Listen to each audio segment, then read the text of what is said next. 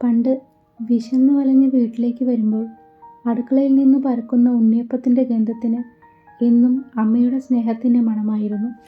കല്യാണത്തിന് പോയി വന്ന അമ്മയുടെ കയ്യിലെ പലഹാരപ്പൊതികളുടെ മധുരം ഞങ്ങൾക്കായി മാറ്റിവെച്ച കരുതലാണെന്നറിയാൻ യൗവനം വരെ വേണ്ടി വന്നു. വാശി പിടിച്ചിട്ടാണെങ്കിലും ഉത്സവപ്പറമ്പിൽ നിന്ന് അന്ന് അമ്മ വാങ്ങിത്തന്ന ബലൂണും കളിപ്പാട്ടവുമെല്ലാം ഇന്നും എത്ര മധുരമുള്ള ഓർമ്മകളാണ്. തികയാതിരുന്ന പലഹാരങ്ങൾ ഏറെയും അമ്മയ്ക്കിഷ്ടമല്ലാത്തതായിരുന്നമ്മേ. ചെറുതാണെങ്കിലും അമ്മയുടെ കരുതലും സമ്മാനപ്പൊതികളും തന്ന സന്തോഷം എത്ര വലുതായിരുന്നല്ലേ. അന്ന് അമ്മ നമ്മൾക്കായി മാറ്റിവെച്ച സന്തോഷങ്ങൾ ഇനി നമ്മളല്ലേ വാങ്ങി നൽകേണ്ടത്. ഇവിടെ അമ്മയുടെ പിറന്നാളിന് അമ്മയ്ക്കിഷ്ടപ്പെട്ട ഓരോ പൊട്ടും പൊടിയും ഓർത്തു വെച്ച് മക്കൾ സമ്മാനം നൽകുകയാണ്.